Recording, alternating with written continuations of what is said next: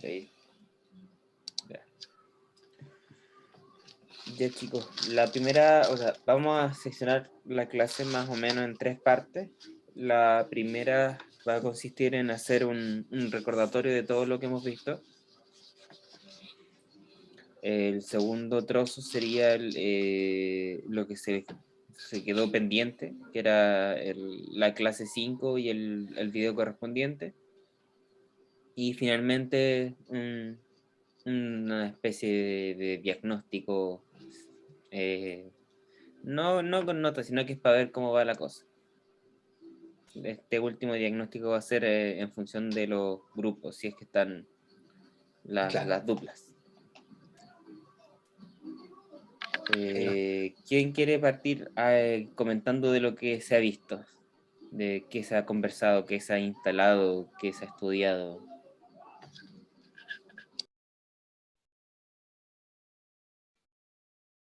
Pato, Ángel, Kiara.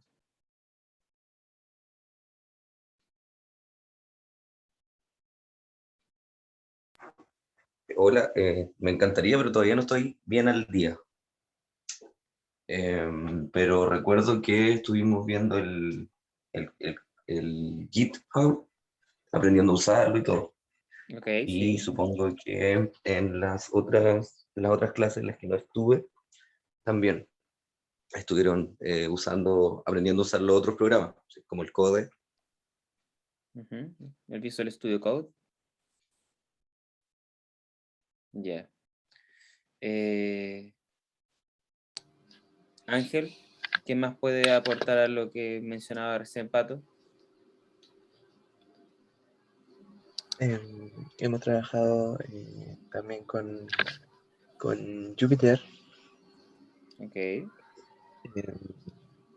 Claro, como decía mi compañero, GitHub, el Visual Studio Code y obviamente con Conda.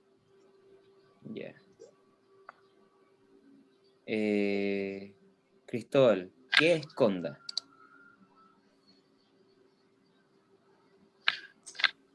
Conda era la herramienta que íbamos a utilizar para crear los ambientes virtuales y para ocupar Jupyter Notebook, por así decirlo. Ya, sí, sí, sí. ¿Y no te acuerdas del concepto que nosotros le asociábamos a Conda? Conda era ¿te Conda, acuerdas? sí, así la palabra técnica, no me acuerdo. Ya. ¿Y de Git? ¿Te acuerdas cuál era el Ah, concepto sí, sí, clave? sí, el controlador de versiones. El super. Entonces, Visual Studio Code, ya dijimos que era un editor de texto optimizado para código. Git era un controlador de versiones. Y Conda. ¿Qué es Conda? O sea, ya dieron como su uso, pero sí como por definición, ¿a qué concepto lo habíamos asociado? ¿Se acuerdan? Un administrador de paquetes. Sí. Administrador, gestor, es lo mismo. Administrador de paquetes, de librería, lenguaje. Sí, eso es. Ok. Quería comentar también, que no me acuerdo si fue Cristóbal que dijo lo de Visual Studio Code, que es un editor de texto. No sé si fuiste tú, Cristóbal. Lo mencionaron de todo un poco, Ya. Cristóbal, Pato, Ok. tampoco lo mencionaron. Solo quería comentar que también lo podemos ocupar Visual Studio Code para conectarnos con Git. O sea, como esa parte, como que existe esa conexión todavía, ¿no? No la hemos profundizado probablemente, pero también sirve para conectarse con Git, Visual Claro, Studio Code. el Visual Studio Code, al igual que la extensión de Python, tiene una extensión de GitHub para poder utilizar Visual Studio Code como una interfaz para poder ir haciendo los commit, los pull, Claro. Dejar mensajes para los los commits. push, los mensajes. Rafa, ¿qué se puede hacer en Jupyter Notebook? Es como un editor web donde es como por casillas. ¿Ya? ¿Sí? donde se pueden colocar distintas celdas con distintos propósitos, por ejemplo, Markdown, con celdas de código de algún lenguaje. Em, ¿Eso? ¿Ya? Por ejemplo, yo puedo colocar ecuaciones. Sí, también se puede con LaTeX. Ok. ¿Videos? ¿Puedo? Sí, también se puede colocar videos. Ya. ¿Imágenes? También. Ujú. ¿Puedo hacer tablas? Así como tablas de Excel. ¿Podría yo hacerlo en Markdown o en LaTeX? Sí se podría. Ya. No lo he hecho, sí, pero se podría. Ok, ok. ¿Qué más? Pato, las cosas que han ido comentando los compañeros, ¿te sirven como para ir orientándote de a poquito? Sí, sí, sí. Sí, o ¿Se, sea, se te genera alguna pregunta que los chicos puedan responder? sí, hartas, pero creo que prefiero que sigamos avanzando y seguir intentando conectarme, pero voy bien, Diego. Ya, mira, es que, como te digo, esta primera parte, la idea es como ir balanceando conocimiento. Ujú. ¿Ya? Bueno. Entonces, la idea es como que todos estén participando y que todos tengan como al menos un piso base de qué se trata Jupyter, de qué se trata Conda, de qué se trata Git. Eso es como lo más importante, de momento. Dale. Entonces, por eso, si se te genera alguna pregunta, hazla y que algún chico o Kiara se animen a responder. Sí, Júpiter como que me queda dando vueltas todavía. ¿Podrían volver a explicarlo? Ya. ¿Quién Porfa. quiere responderle a Pato? Hakim, dale Hakim.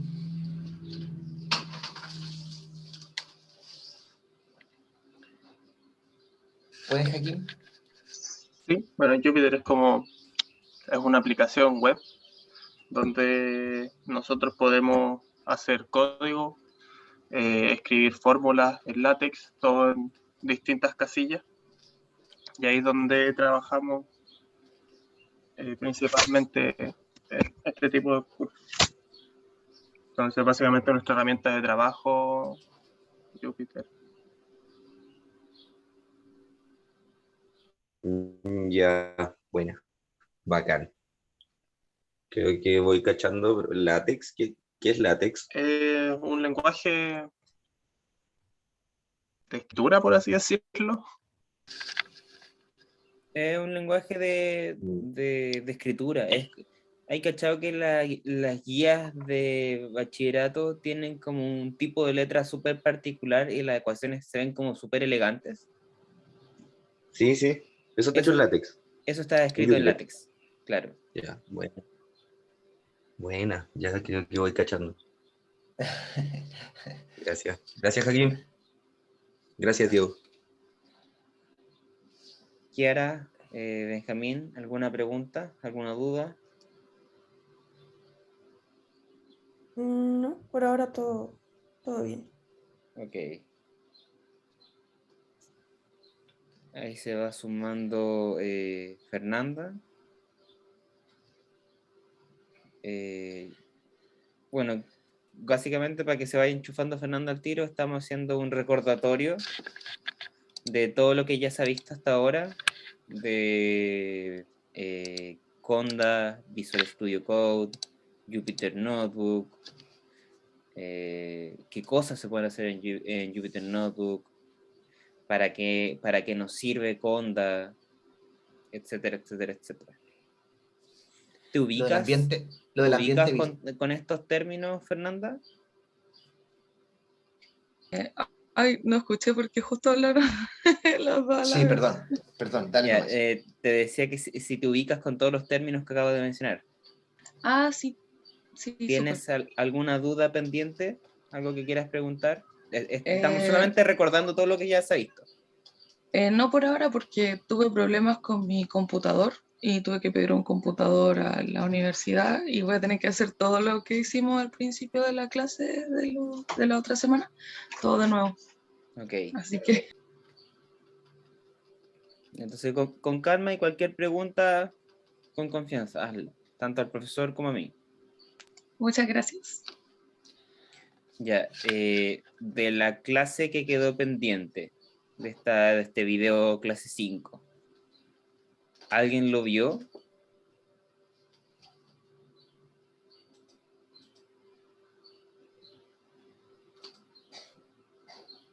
Dedito para arriba, dedito para abajo, dedito para arriba. El ángel sí lo vio, el Benja sí lo vio.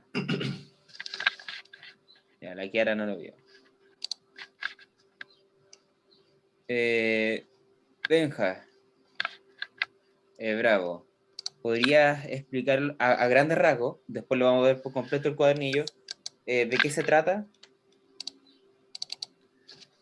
A grandes rasgos, Sí, en la clase súper general. estaban trabajando con funciones de Python para resolver problemas, por decirlo así, como funciones en código. Ya. ¿Era algún tipo de función en particular? ¿Te acuerdas? Sí, estábamos trabajando con comandos que pasamos en programación, como eran el if, el while y ese tipo Ya. de programas, con el for, así. Ok. Aparte de los ciclos y de los estatutos de programación, ¿se vio alguna otra cosa?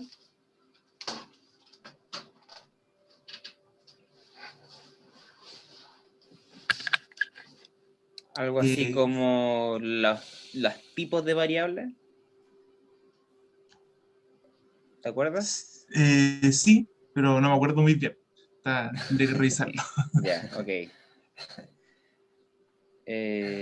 Ahora necesitaríamos voluntario para poder abrir en Jupyter Notebook la clase 5. ¿Quién se ofrece?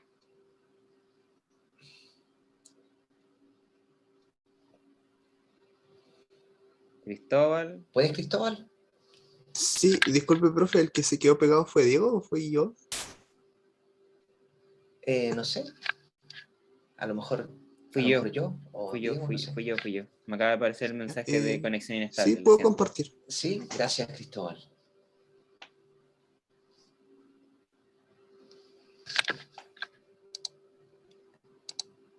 Con confianza, Fernanda, Kiara, Rafael, todo, por favor, todo lo que quieran preguntar, pregunten nomás. Por favor, no se queden con ninguna pregunta guardadita. Ahí se ve, ¿cierto? Sí, se ve. Ya, La clase sí. 5.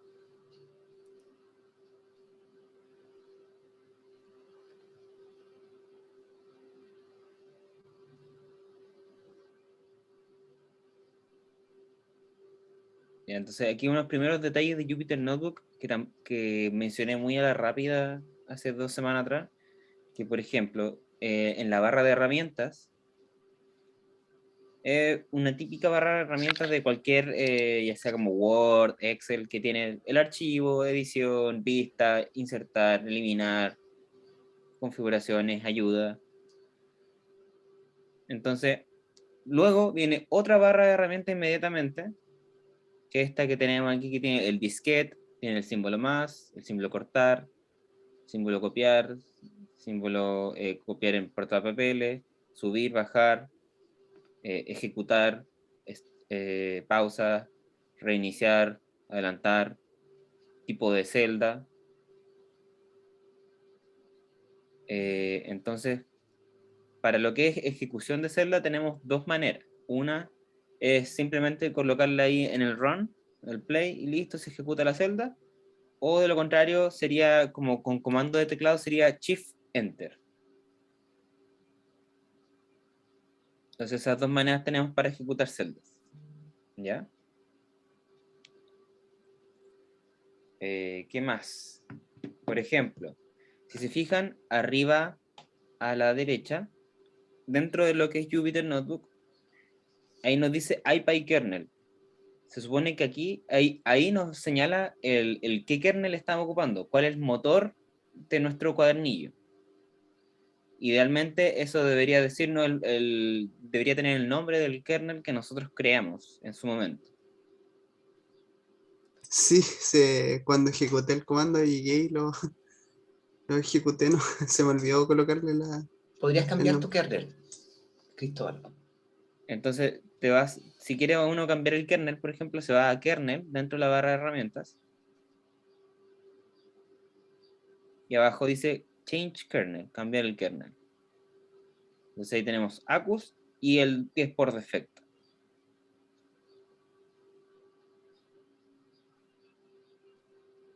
Entonces ahí Cristóbal puede elegir cualquiera de los dos.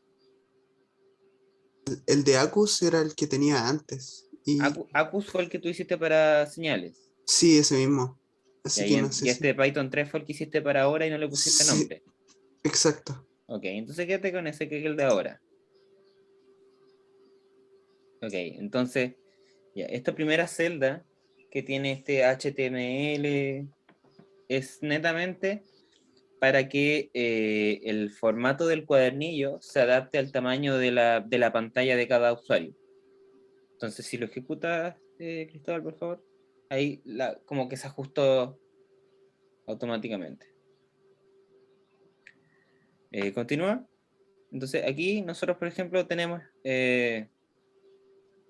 la cabecera que nosotros siempre ponemos para las clases, en donde si tú le haces varios clics encima, se va a abrir la celda de código.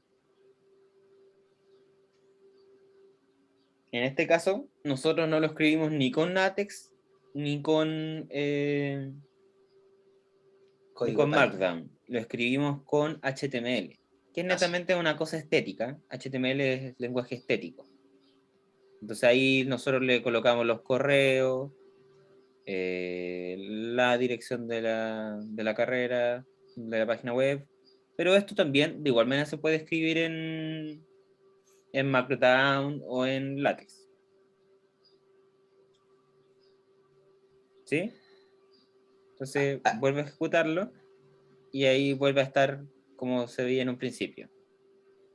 ¿Puedo intervenir un poquito, Diego? Sí, profe, hágale. Arriba, mira, por favor, Cristóbal, si te puedes parar en la primera celda, ahí, donde es. Arriba te indica, justo debajo de widget, en la barra de tu menú arriba, ahí, justo abajo te indica que cuando te estás parado es una celda de código, te dice code. Si haces clic en la celda donde Diego estaba explicando, ahí justo, y vuelves a mirar arriba, debajo de widget, dice Markdown. Te va indicando esa celda es de lenguaje Markdown, ¿sí? Eso es lo que quería enfatizar solamente, Cristóbal. Uh-huh.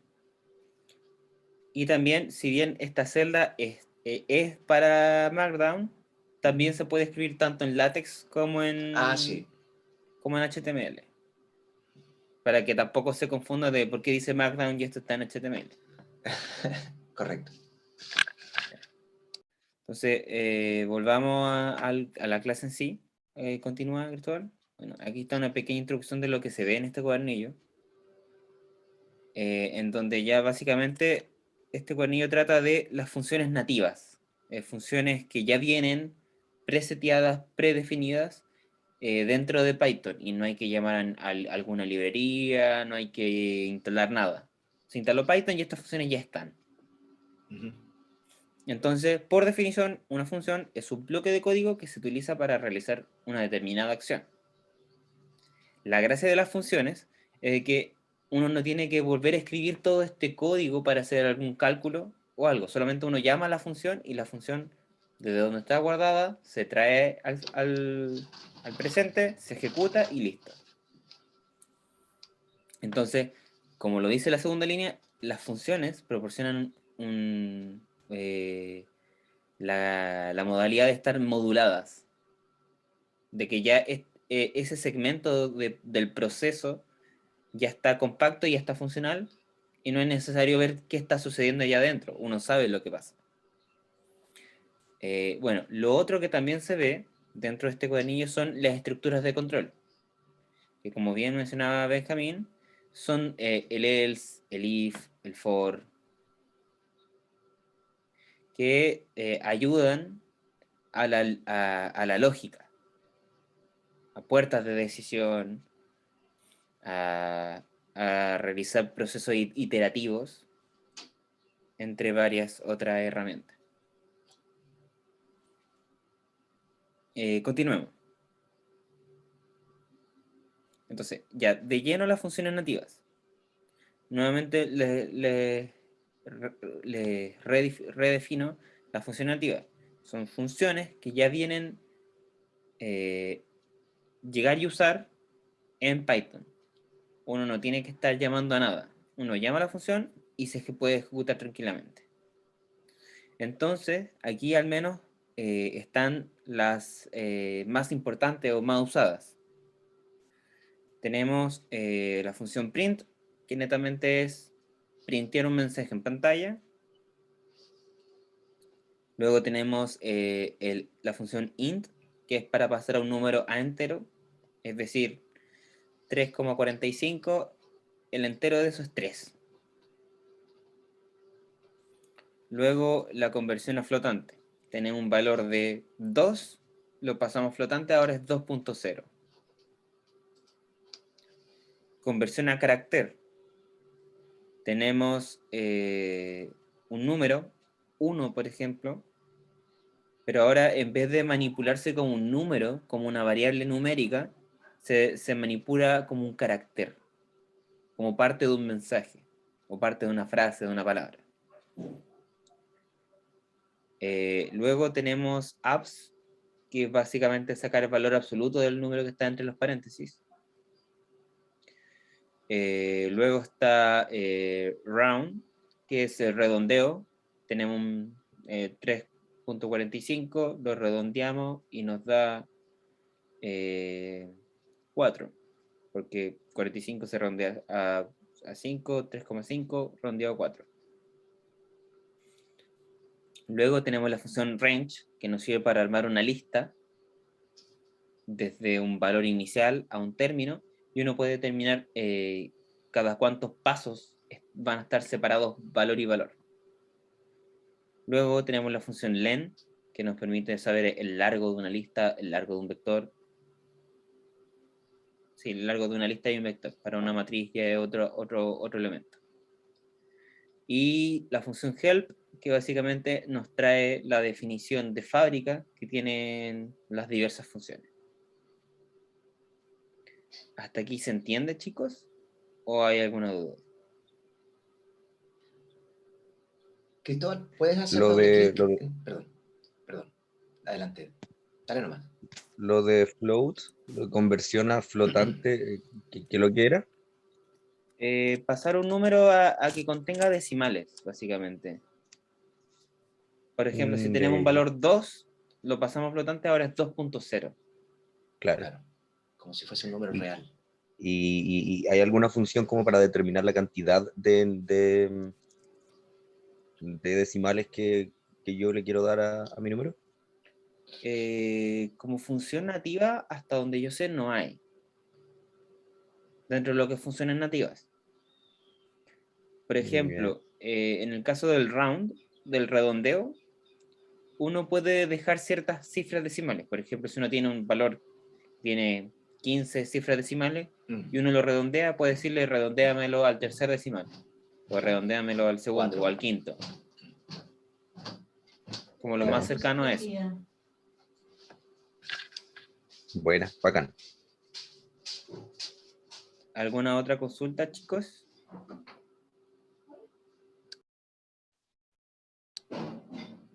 ¿No? Le iba a pedir a Cristóbal, Diego, si podía hacer doble clic en la celda. Ya. Ahí está. Claro. Si se fijan, hubo un cambio. ¿Vuelves a activar la celda, por favor, Cristóbal? Claro, si se fijan en el tipo de letra, funciones nativas es un tipo de letra así como estaba todo hacia arriba, como texto, pero en cambio print, int, float, todo es lo que está ahí escrito, tiene otro color, ¿cierto? Y tiene otra forma, es como código. ¿Sí? Entonces, si hace doble clic, por favor, Cristóbal. Justo donde dice Python, ¿cierto? Esas tres como 3 comillas, luego Python, y lo cierra abajo, es como que abre un entorno, eso. Arriba como que abrió un entorno y abajo lo cerró. Y todo lo que quedó en el entorno quedó con, con ese estilo. No sé si me explicó, Cristóbal. Sí, profe. Sí. Sí. Ok. Dale nomás. Ahí está. Ya. Hasta aquí todo bien. Ángel, ¿todo bien? Fernanda. Todo bien, todo bien. Ya, genial. Entonces pasemos a este ejercicio cortito, que es para ir digiriendo el print y otras cosas. Entonces, primero vamos a armar una lista. Este elemento lista se determina por que es un conjunto de caracteres, de enteros o de flotantes, que está encerrado entre corchetes. Entonces, eso le da carácter de lista. Entonces, A es un objeto lista que contiene objetos enteros. ¿Por qué enteros? Porque no tiene punto algo, no es un 5 punto algo, son valores en seco. 5, 13, 23, ¿sí? Entonces, ok, en un primer print tenemos un mensaje, solo un mensaje. Entonces dice, veamos las funciones nativas o integradas. Luego tenemos un print que es como un mensaje compuesto, en donde tenemos caracteres y tenemos nuestro objeto lista. Dice, esta es la lista A. Y después imprimimos A. Luego tenemos otro mensaje que es una concatenación de elementos. En este caso, cuando tenemos caracteres, el símbolo más no se utiliza como una suma lineal, se utiliza como una concatenación de caracteres. Es decir, lo que está antes del más va a la izquierda, lo que está luego del más va a la derecha. ¿Sí? Entonces, en este caso, para explicar un poco mejor, Cristóbal, ayúdame, ándate a View, Sí. ahí a View. Oh, Ándate- disculpa, se me pegó, no te entendí. Perdón, fui yo. Ándate a View en la barra de herramientas. Diego, ¿Aló? sí, se me había pegado todo, no sé si fui yo, la verdad.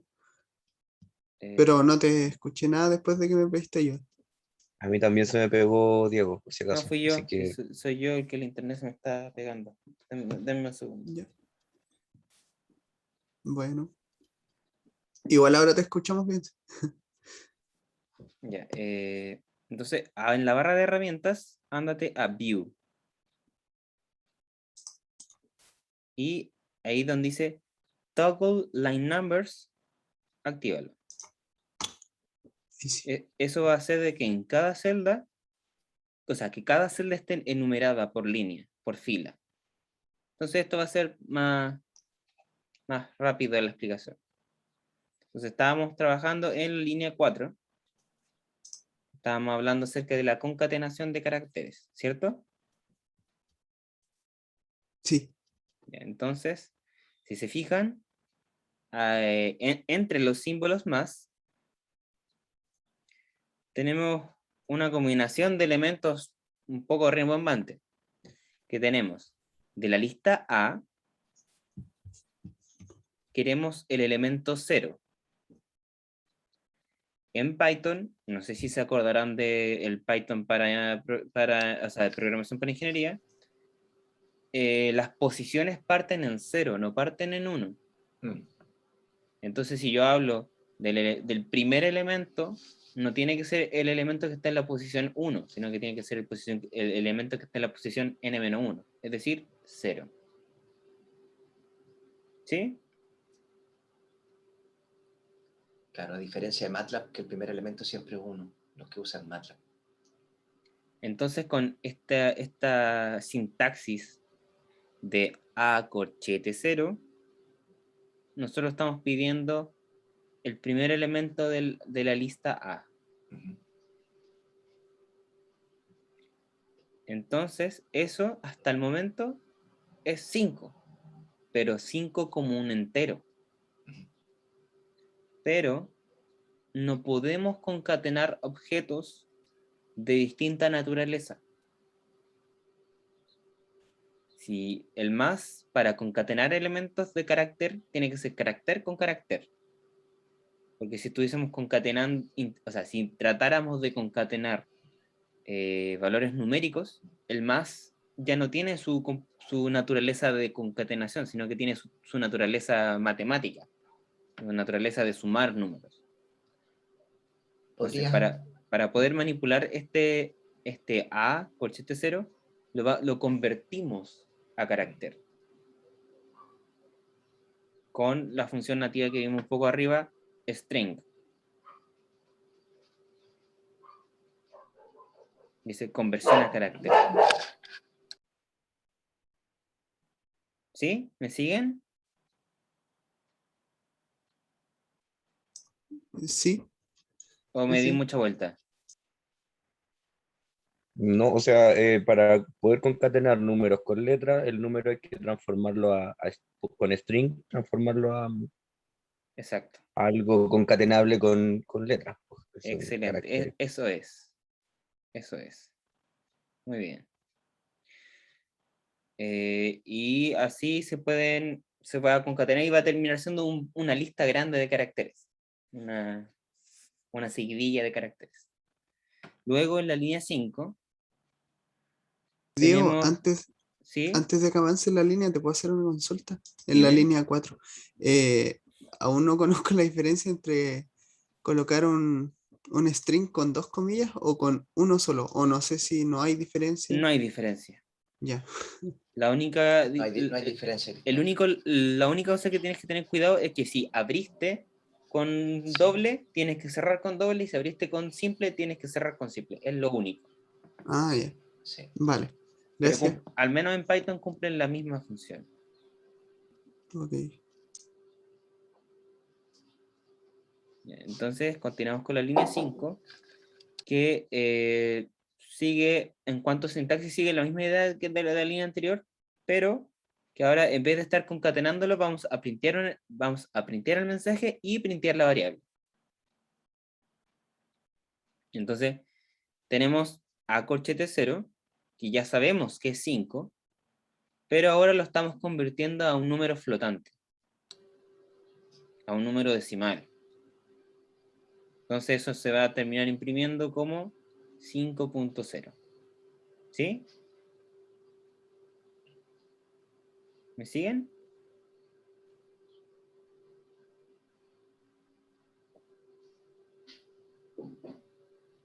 Dedito para arriba, dedito para abajo, duda.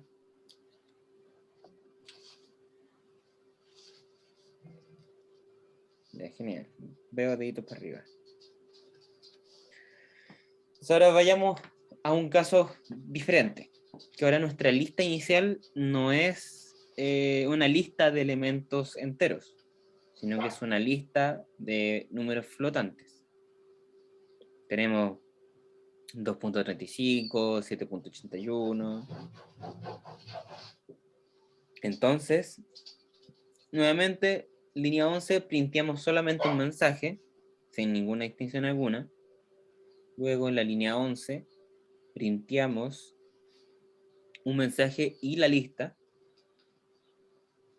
Y luego, aquí hay un detalle, en la línea 13 es similar a la línea 5, pero la gracia está en que ahora estamos imprimiendo 4 cosas.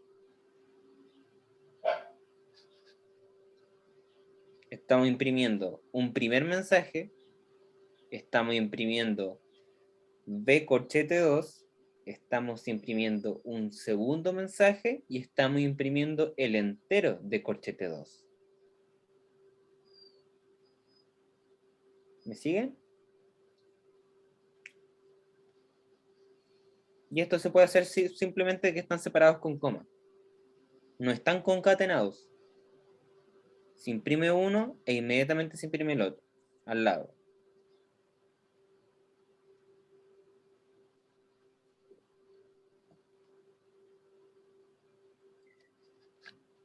Entonces, aquí tenemos que B corchete 2 es la tercera posición. Recuerden, 0, 1, 2. ¿Sí? Entonces, primero imprimimos B corchete 2 y luego imprimimos el entero de B corchete 2. Pero ojo, aquí hay algo que se puede confundir. Si yo digo el entero de B corchete 2 y B corchete 2 es menos 19.98, es por más que esté cercano a menos 20, no va a ser menos 20, el entero. Buena observación. El entero, cuando uno convierte de flotante a entero, todo lo que es decimal se desecha, se corta, Bueno. se trunca. Buena observación. No se redondea. No como el mensaje siguiente, que el mensaje siguiente ahora sí se redondea, que es round de B corchete 2. Entonces, round, por defecto, si nosotros no le estamos señalizando a cuántos decimales, lo va a redondear al entero más cercano. Entonces, como es menos 19.98, el entero más cercano, menos 20. ¿Sí?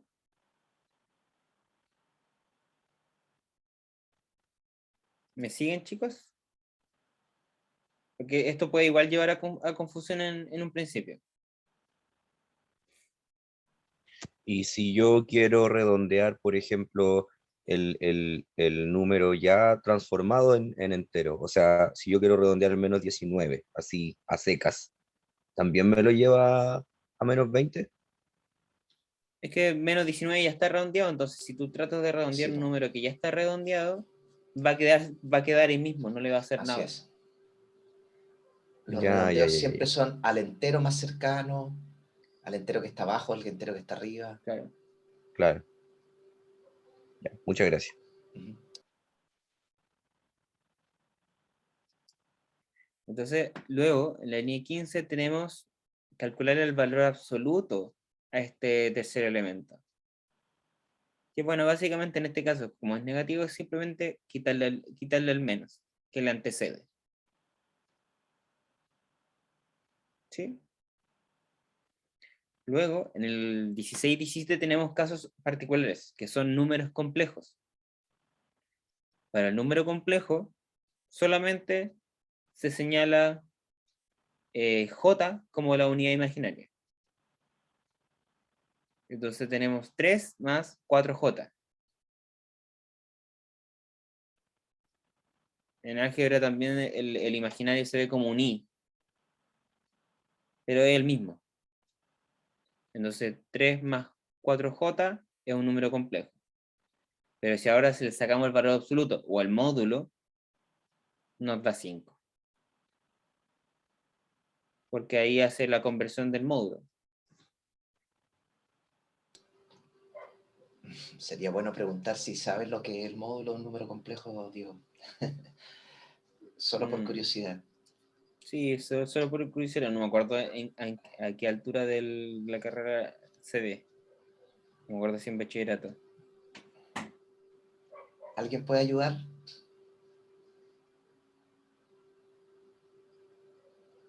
Rafael.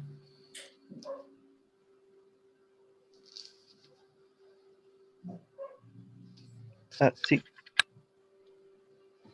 ¿Se escucha? Sí, se ¿Te escucha. escuchamos? Ah, ya. El módulo de un número complejo es la parte, o sea, la raíz de la parte real al cuadrado más el, el que acompaña la parte imaginaria al cuadrado.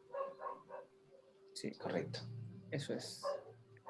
Entonces esto sería raíz de 3 al cuadrado más 4 al cuadrado. Muchas gracias, Rafael. Ya. Entonces, Aquí ya vimos diferentes naturalezas de variables. Vimos una lista, vimos caracteres, vimos valores enteros, vimos valores flotantes, vimos valores complejos.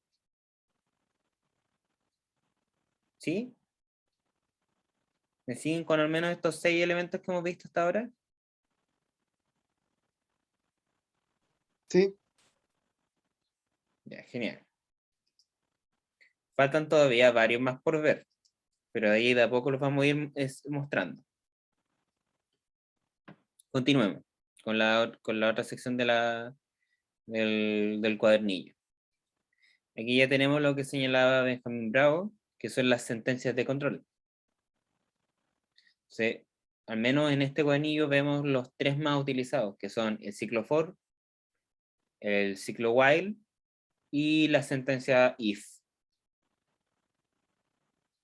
Entonces, primero, ¿alguien se acuerda de estas 3 cosas en programación? Buena pregunta, Diego. ¿Se acuerdan así como a grandes rasgos cómo funcionaban?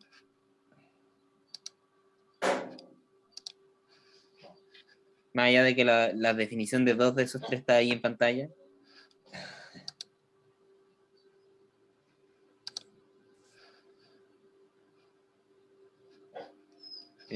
Fernanda o Kiara, ¿alguien que se anime a hablar sobre alguno de estas 3 operadores?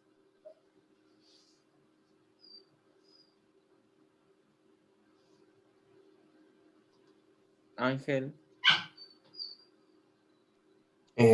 Para yo puedo explicar el for. Ya, por favor. Por favor, Kiara, adelante. Que, por ejemplo, el for es, bueno, en español es para, digamos, como para tenerlo más claro. Y dice, digamos que para cierta cantidad de, no sé, números o para una lista, digamos, de números o de condiciones, van a pasar ciertas cosas. Entonces, sirve harto para poner como esa condición. Si quieres que, por ejemplo, decir para números pares que se imprima hola. Entonces, va a recorrer una lista de números y los números pares, si uno pone un número par, va a salir hola. Algo así. Creo que me enredé un poco, pero sí. Sí, mira, tu ejemplo es un poco más complejo de lo que parece. Porque si bien estás recorriendo una lista, ahí sí se cumple el ciclo for. Pero para la condición de los números pares que tú das como ejemplo, ahí se necesita el if. Ah, Entonces estabas... bueno, Era un ejemplo bastante más complejo. bueno, sí, no lo pero- había analizado así, Pero va por buen camino el aporte, Kiara. Sí, sí, Sí. el ejemplo fue mucho más de lo que se necesitaba, pasaste de Sí. largo. Pero básicamente es como dice Kiera, es Sí. recorrer algo Gracias, y Kiara. hacer una acción. Ujú. Eso es. Eso es el ciclo for en acción. El ciclo while, ¿alguien se acuerda? Cristóbal, ¿tú te acuerdas? Por lo que recuerdo, era bien parecido al for, solo que era como casi al revés, porque el while como que hacía una iteración mientras se cumpliera una condición, la que uno le daba. Ujú. Y cada vez que se cumplía, seguía iterando y cuando dejaba de cumplirse, paraba. Exacto, Sí. eso es. Es realizar una acción mientras se cumpla una condición. Gracias, Cristóbal. Y finalmente, la sentencia if es, bueno, como lo dio el ejemplo la Kiara, es que si se cumple una condición muy particular, sucede una acción.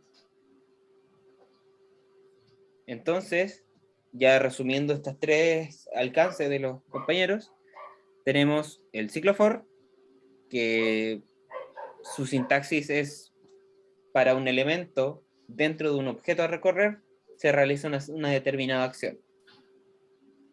Entonces podemos recorrer una lista, podemos recorrer un vector, podemos recorrer un arreglo de vectores, un arreglo de caracteres, o algo por el estilo. La intención de este elemento es realizar procesos iterativos sin importar la condición de estos objetos para realizar una acción determinada. Luego, baja un poquito más, Cristóbal, por favor. Tenemos el while, que, como decía Cristóbal, era un proceso iterativo, pero que se va realizando siempre y cuando se cumpla una determinada condición. La intención de esto es para que, por ejemplo, los ejemplos que tengo ahí en pantalla, que son para que se, por ejemplo, ir restando hasta que sea cero. O ir sumando hasta que se llegue a determinado punto. Entonces, se va realizando la acción hasta que encuentra su condición de término. Y luego tenemos la sentencia if, que se utiliza para, por ejemplo, si x es un número par, imprimir hola. Si el número no es par, hacer esta otra cosa. De lo contrario, hacer esto otro. Eso es el else. Como que si no se cumple la condición, hacer esto otro, así como por reflejo. Entonces, vayamos con los ejemplos. Acá abajo, vamos a traer a la colación, vamos a traer la lista B, que era la lista de flotantes que está un poco más arriba. Esa. Y la vamos a copiar bajo un nombre de variable que se llama C. Entonces todo lo que estaba en B, ahora está en C. Al menos hasta la línea 2. Luego, en la línea número 3, hacemos el ciclo for. Entonces, ¿cómo vamos a realizar este ciclo for? Dice, para un elemento i, dentro del rango de la cantidad de elementos que tiene C, realizar lo siguiente. Como aquí está dentro del rango, habíamos dicho que había que determinar inicio, término y paso. Si solo se determina una única variable, se dice que su inicio es 0 y que su término va a ser este valor que le estamos dando menos 1. Y que su paso va a ser de 1. Entonces va a ir avanzando 1, 1, 1 hasta llegar a largo de C menos 1. Entonces, ¿cuál va a ser la acción? La acción va a ser de que nos va a reemplazar en la posición i el elemento que estaba en esa misma posición, pero convirtiéndolo en entero. Entonces, por ejemplo, si se acuerdan, el tercer elemento era menos 19.98. A partir de ahora, en C, en nuestra lista C, no en nuestra lista B, nuestra lista C va a ser ahora menos 19. Y de aquí todo lo que se haga en C, C ya no tiene el 19.98, tiene 19 nomás. Entonces, como se ve en pantalla, todo lo que era flotante pasa entero. ¿Sí? ¿Podrías bajar un poquitito, Cristóbal? Porque se ve cortado. Ahí está. Gracias, Cristóbal.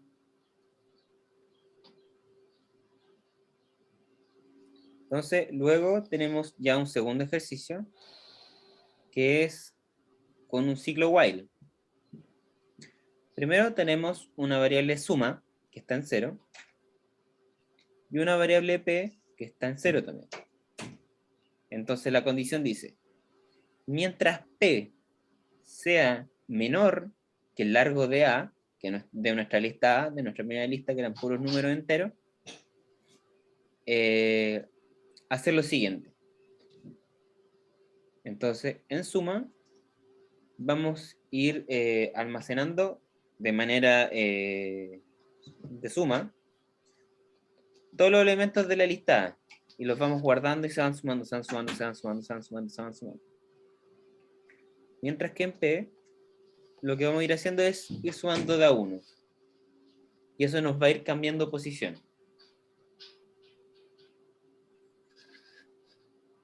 Y luego nos va a decir, una vez que cumple este ciclo, nos va a decir la cantidad de suma que hay dentro de este. Diego, no sé si todos entenderán ahí el más igual, en la línea 12, línea 13. ¿Para todos es claro?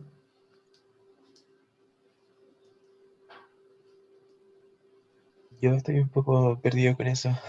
Ya. Yo igual, profe, sí, no lo Pregunten. recuerdo mucho. Pregunten, por favor, no se queden callados. Sí, Por chicos, favor. si preguntan, todos salimos Sí. perdiendo. Si no preguntan, todos Sí. salimos perdiendo.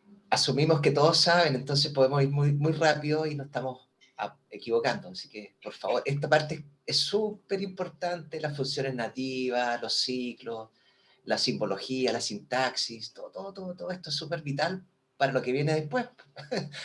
Así que pregunten con toda libertad, siéntanse con toda libertad aquí.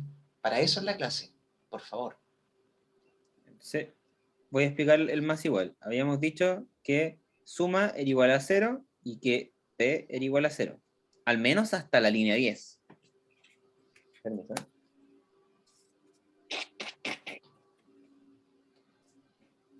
Entonces, lo que estamos diciendo en la línea 2 y 13 es de que cada vez que pase por aquí, va a agregar a este valor que ya existe este elemento. Lo va a ir sumando. Entonces, ¿qué significa esto? Que esto es una manera más abreviada de escribir suma, va a ser igual a suma más a corchete P.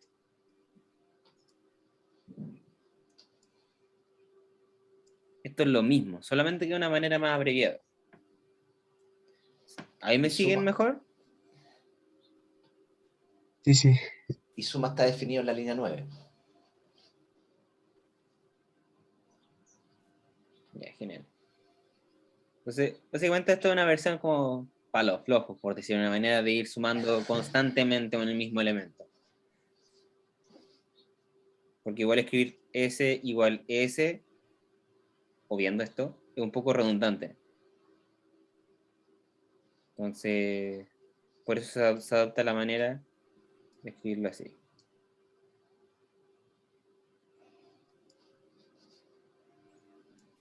Bueno. Continuemos. Luego, finalmente tenemos un último ejemplo, que es básicamente el ejemplo que dio la Kiara, de recorrer una lista y ir diciendo, si este es par, se imprime. Si no, no se imprime. Entonces, en este caso tenemos que va recorriendo todos los elementos en A. Entonces, la línea 19 le calcula el resto. Pregúntale a los chicos, Diego, si comprenden el concepto de resto. Si bien parece trivial, pero yo sé preguntar. que el símbolo no les va a ser nada intuitivo. Pero el resto es lo que sobra de la división. Es decir, 3 dividido en 2, esto es el 2 en el 3 me cabe una vez y me sobra 1. Entonces, sí, es como si este número lo pasáramos a número mixto. Entonces nos queda un 1, un medio. Entonces, ¿cuánto fue nuestro resto? 1.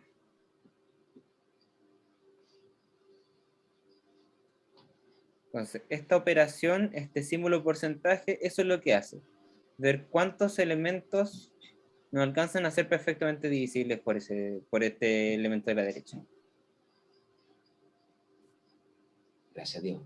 Entonces, por ejemplo, parece trivial, pero mejor preguntarle. Si A es 2, y estamos dividiéndolo por 2, tenemos que nuestro número mixto de esto va a ser 1,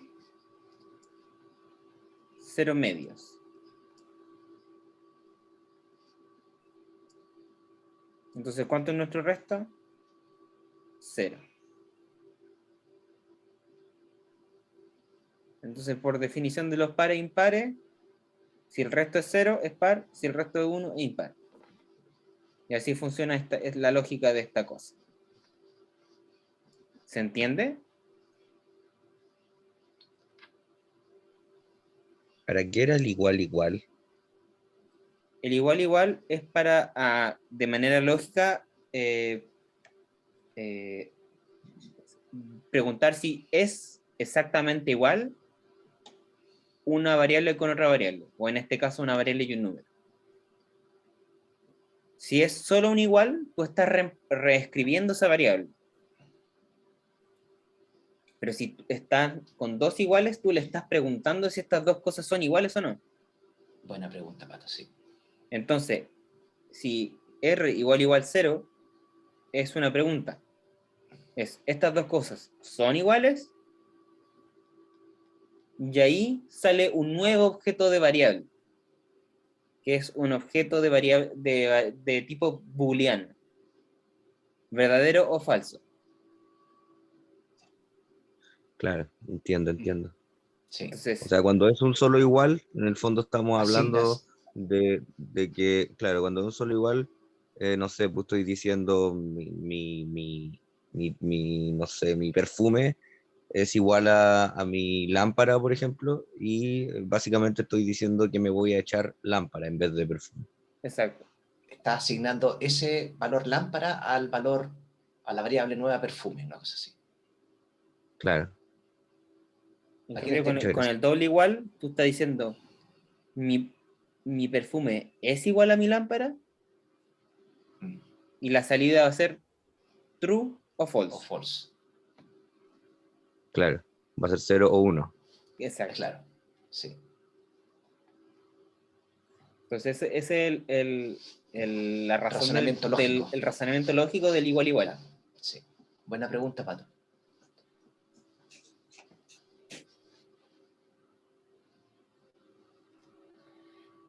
Otra cosa interesante del ejemplo, Diego, es lo que preguntó hace un rato atrás Cristóbal, me parece, que la línea 21 tiene doble comilla, es par. La línea 23 tiene una comilla simple, dice es impar. Funciona Claro. igual, Cristóbal, ¿no? Cumplen el mismo Sí. propósito. Sí.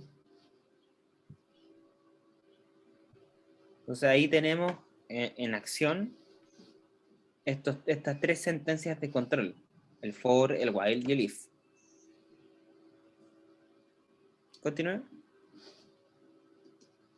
Y bueno, y aquí como ejercicio estaba implementar una rutina que pueda detectar números primos. Y otro ejercicio que sea capaz de imprimir el número 5789, imprimirlo un dígito por dígito, de izquierda a derecha y de derecha a izquierda.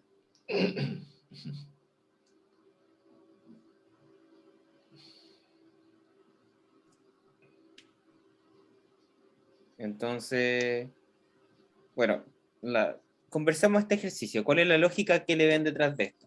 ¿Cómo ustedes saben que un número es o no es primo? Primero, antes de hablar de código. Buen razonamiento, Diego. Sí, antes de Hablar codear, a nivel aritmético, a nivel de álgebra. sí. ¿Cómo ustedes saben cuándo un número es primo y cuándo no es primo?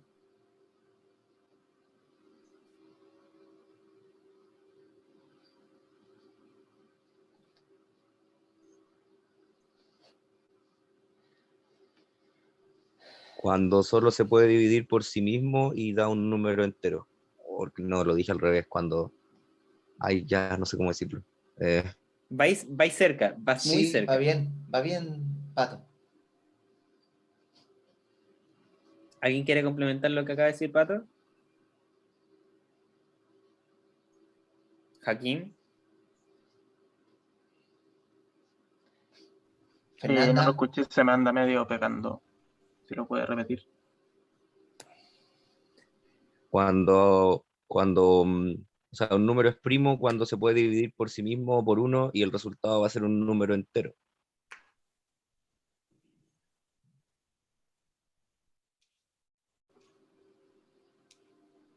¿O no?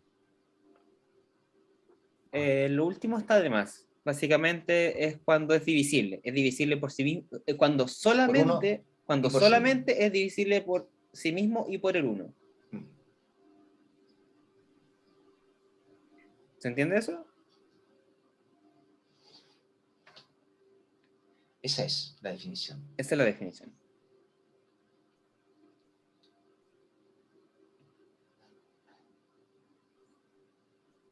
Entonces, ahora tratan de ver este código y tratan de ver si está bien, está mal, le falta algo.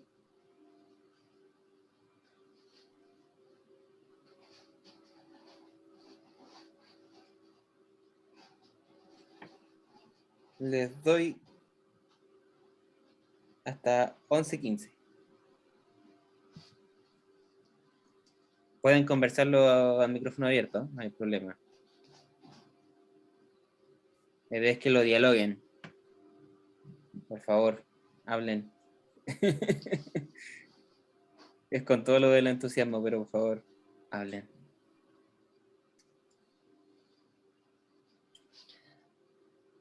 Aquí se están mezclando todas las cosas que se vieron antes.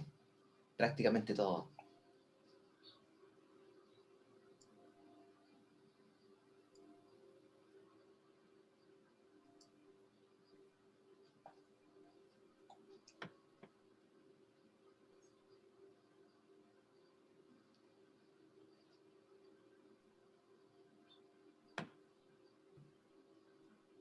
¿Alguien quiere comentar algo? Pueden ir tirando ideas. Tiren ideas de esto, si está bien, está mal, porque está bien, qué línea les hace sentido, qué línea les causa duda. Convérsenlo, por favor. La línea 6 a mí me hace dudas. Un poco, creo. Ok. ¿Ya? ¿Qué específicamente, Fernanda? La parte del int a dividido en 2 más 1 para poder saber. Te muteaste. Me está diciendo que si un número que detecte los números primos de la lista. Entonces, creo que el cálculo está mal, pero no sé.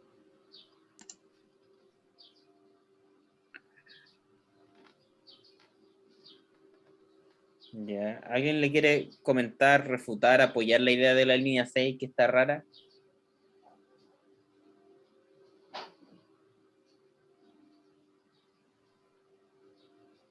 Cristóbal, ¿puedes subir un poquitito para que se vea? Porque se ve cortada la línea. Ya. Pues ahí sí. Ahí, gracias. Muchas gracias, Cristóbal.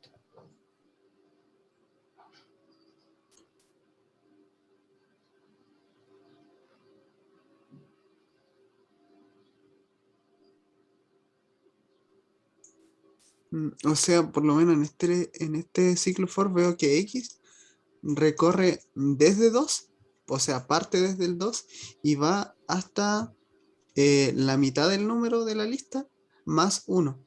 Supongo que el más 1 es porque el ciclo, o sea, range va hasta el menos 1, entonces si le sumo 1 va hasta justo la mitad del número. Es igual como que me causaba confusión al comienzo. Y lo de abajo no, todavía no lo logro digerir bien.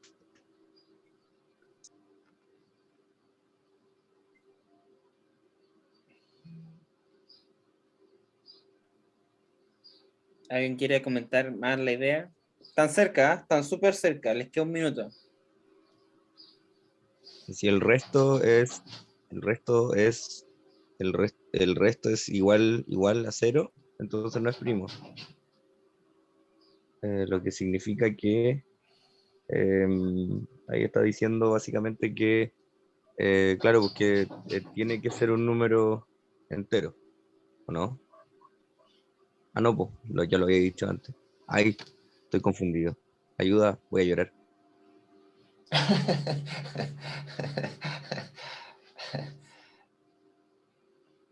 También. Esto tienen que cranear primero, antes de programar la idea es cranear el ejercicio y Súper después tirarlo a código. Súper importante pensar antes de codear. Pero bueno, tanto Cristóbal como Fernanda le dieron el clavo de que la clave es la línea 6. Y luego el criterio final es lo que acaba de decir Pato, que es la línea 7. La línea 6 y 7 son las que mandan en este código cortito, en esta rutina. Entonces, vayamos repasándolo. Vamos a ir revisando todos los elementos que están en la lista A y los vamos a llamar A minúscula. Eso ya es la línea 3. Entonces, si vemos que nuestro elemento es 1, por definición básica es primo, porque A es divisible por sí mismo, que es 1. Entonces, definición es primo. Entonces, para cualquier otro caso, vamos a estar revisando los valores que están desde 2, porque ya chequeamos el 1, desde 2 hasta la mitad del valor que estamos estudiando. ¿Por qué la mitad? Porque si en nuestra primera mitad encontramos algún valor que es divisible por, por defecto en la siguiente mitad va a haber otro, porque va a ser el doble de este.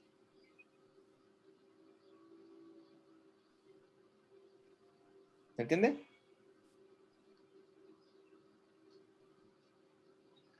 ¿Sí? ¿No? Sí, sí, creo que sí. ¿Puedes volver a decirlo, Diego, por favor? Gracias. Ya. Tenemos una seguidilla de números hasta A. ¿Cierto? Tenemos que ver qué números entre 1 y A pueden dividir a A perfectamente. 1, ya dijimos que sí, entonces no hay problema, no se chequea. Entonces ahora tenemos que revisar si A es divisible por 2. A es divisible por 3. A es divisible por 4, ahí sí. Entonces la cosa está en que cuando llegamos a A dividido en A medios, si esto da un número entero, el valor es primo. De lo contrario, si seguimos recorriendo los otros números restantes, estos números restantes, que es la segunda mitad, es decir, A medios más 1, A medios más 2, más 3, más 4, van a ser números que ya encontramos antes. Van a ser el doble de. Entonces, basta con revisar la primera mitad de los números para poder decir, ok, este número es o no es divisible. ¿Por qué? Porque, por ejemplo, tenemos 16. 16 es divisible por 8. Pero también es divisible por 4. Entonces, si ya encontramos que es divisible por 4, listo, ahí acabó el ejercicio. No es primo. No es necesario llegar hasta el 8 para saber que esto es divisible o no.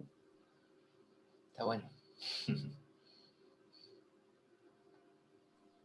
Entonces, esa es la justificación de la línea 6. Ahora vamos a la línea 7. Si A lo dividimos por este número que nos vamos moviendo y nos da 0, no es primo el número, porque encontramos un número distinto de sí mismo y de 1 que puede dividir a este número. Entonces, break para afuera. Siguiente número. Siguiente valor de A. Pero si ya recorrimos toda esta mitad y no encontramos nada, listo. El valor es primo.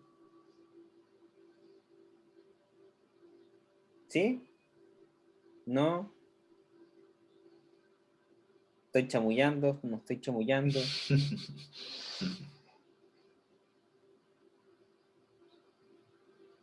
Sí, ahora sí se entendió. Creo que, o sea, después la línea D sería como más para validarlo, por así decirlo. Es para terminar de validarlo. Sí, para terminar de validarlo.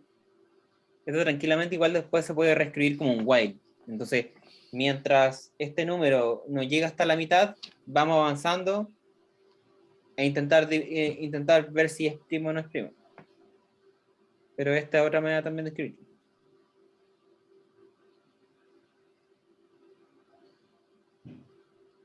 Pero básicamente la línea 10 y 11 es un tope, para que no siga buscando, porque si no entra en un loop infinito.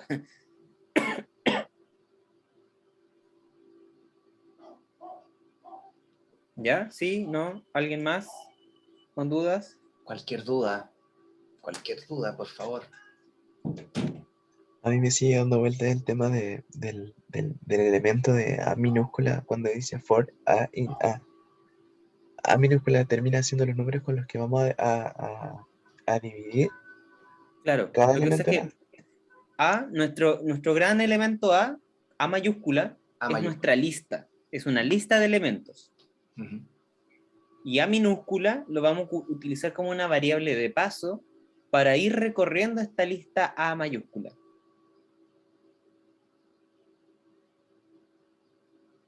Entonces, para la primera vuelta del ciclo for, nuestra A minúscula vale 5. Para nuestra segunda vuelta del ciclo for, nuestra A vale 8. Para la tercera vale 13, y así. ¿Era Rafael el que pregunta? No es Perdón. Ángel. No, no, yo. Ángel, ¿y Ya. cuál sería tu duda por favor, si la puedes explicar? No, no, sí, era más que nada entender a qué se refería con el A minúscula, pero ya lo entendí con la explicación y te lo explicó Diego recién, ¿no? Sí, ya lo entendí. Normalmente Gracias. para poder recorrer un vector o una lista, hay elemento. dos maneras. Sí. Una es ir recorriendo posiciones, es decir, posición 0, posición 1, posición 2, posición 3 y así, hasta n-1. Y la otra opción está en ir recorriendo elementos. El primer elemento, el segundo elemento, el tercer elemento, el cuarto elemento y así. Claro. ¿Sí? Es buena la duda en términos de pregunta, Ángel. Sí, por esta aclaración última que hizo Diego. El cómo recorrer una lista, por qué, cuándo ocupar la opción 1 y cuándo ocupar la opción 2, va a depender netamente del problema en que tú estés envuelto y que necesites programar.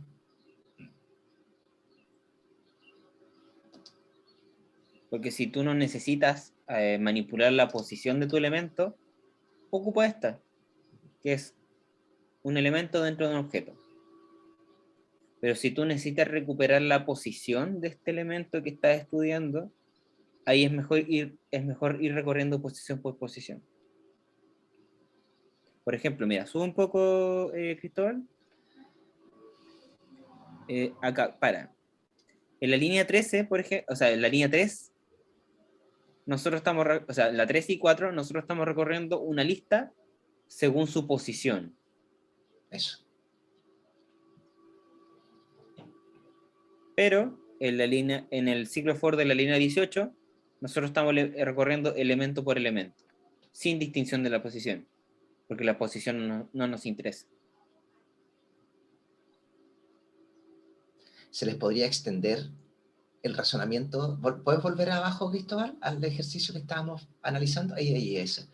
¿Se podría extender, Diego, qué posición ocupan los números primos que claro, encuentran? también se podría, pero ahí cambia la sintaxis del código. Sí, no está hecho aquí. No está, lo que quiero es que a lo mejor se les puede plantear.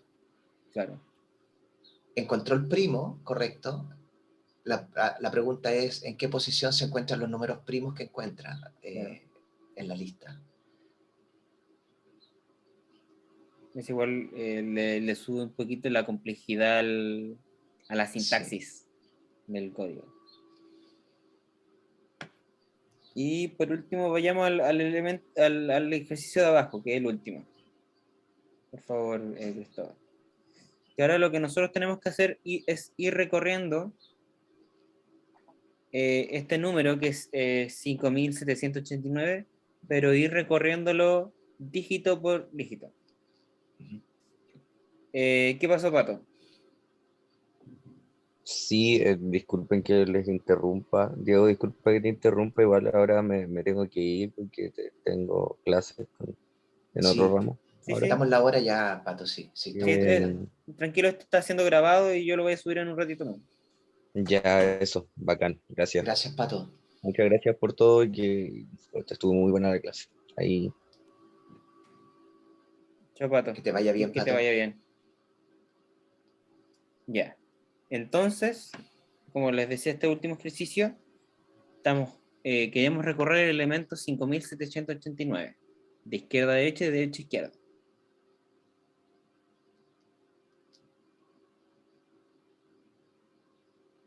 La idea es que ustedes vean esto y lo entiendan. El código es bastante intuitivo.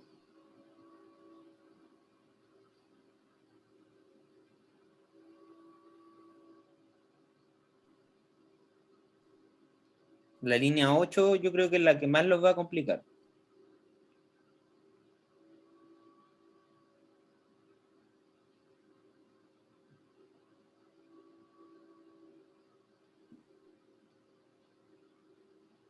¿Ya? ¿Lo leyeron? ¿Sí? ¿No? Benja Vidal, ¿podría ser capaz de explicar a los chicos el código, este código? Justo lo estaba leyendo, al tiro.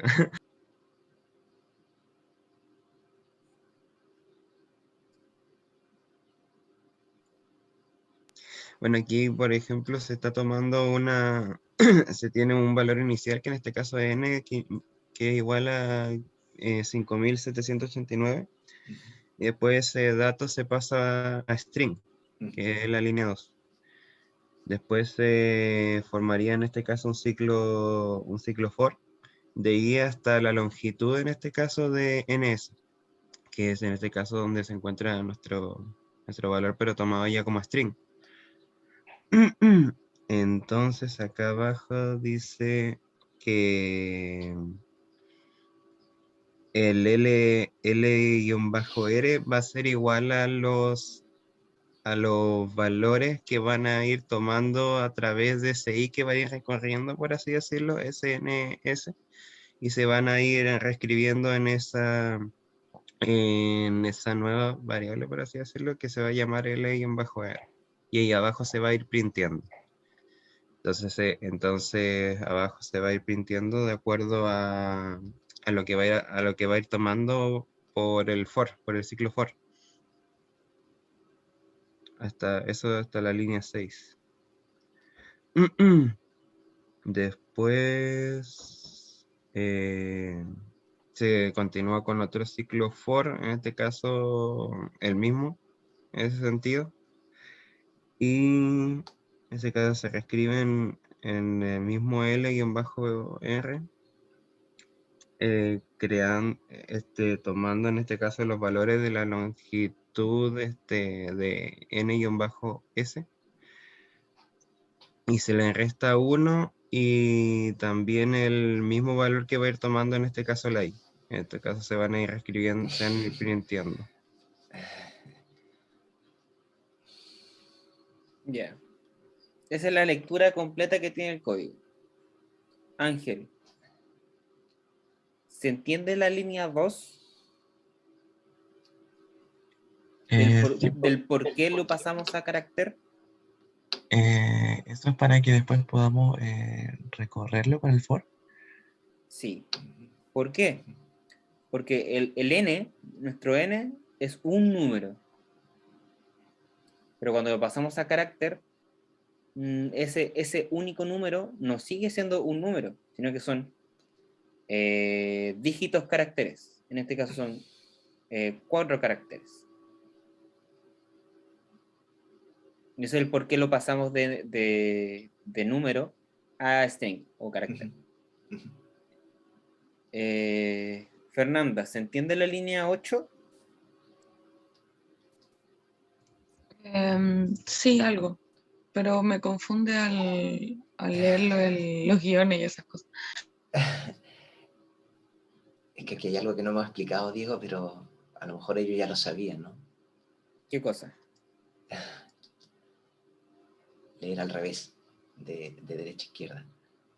Partir del último. Ah, usted habla de aquí. Sí. Ya, lo que pasa es que, ya, ok, calculemos el largo de los caracteres. Dijimos que eran 4 caracteres, ¿cierto? Tenemos en la posición 0, tenemos la posición 0, la posición 1, la posición 2 y la posición 3. Y tenemos 5, 7, 8 y tenemos 9, ¿cierto? Entonces aquí, este largo siempre va a ser 4. Le vamos a estar restando 1. Por lo tanto, este siempre va a ser valor de 3. Pero este i, ya vimos acá arriba que va recorriendo de 0 hasta 3. Entonces, si vamos restando este 3, vamos a tener 3 menos 0, 3. 3 menos 1, 2. 3 menos 2, 1. Y 3 menos 3, 0. Entonces, eso nos va a permitir recorrer el número en esta dirección. ¿Se entiende, Fernanda? Genial. ¿Kiara, se entiende? ¿Rafa?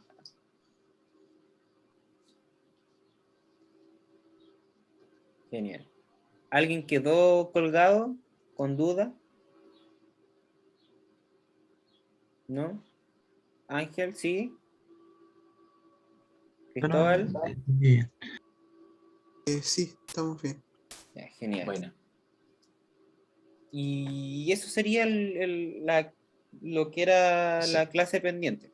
Se nos fue la clase. Exacto. Entonces la idea es que ustedes, a modo de juego, vayan hurgueteando este código, borrando cosas. ¿Qué pasa si esto es entero? ¿Qué pasa si esto es flotante? ¿Qué pasa si esto es complejo? ¿Cómo lo manipulo? Etcétera, etcétera, etcétera. ¿Ya? Eso es como a modo de tarea que ustedes fuercen esto al error y vayan entendiendo por qué salen esos errores.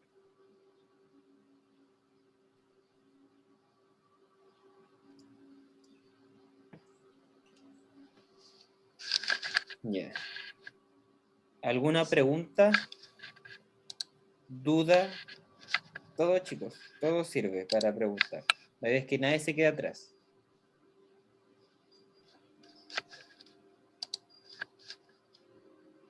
¿No? Sí.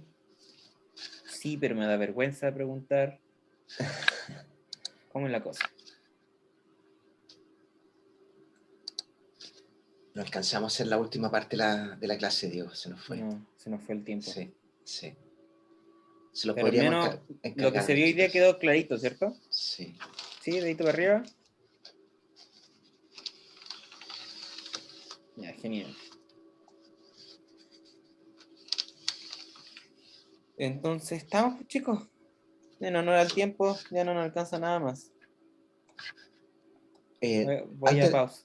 Antes de despedirnos de la clase, Diego, solamente queríamos recordarles que, por favor, han pasado varias semanas, tengan su pareja de trabajo. No, Sí, por no favor. estén sin un compañero o compañera de trabajo. ¿Sí? Les recordamos eso, por favor.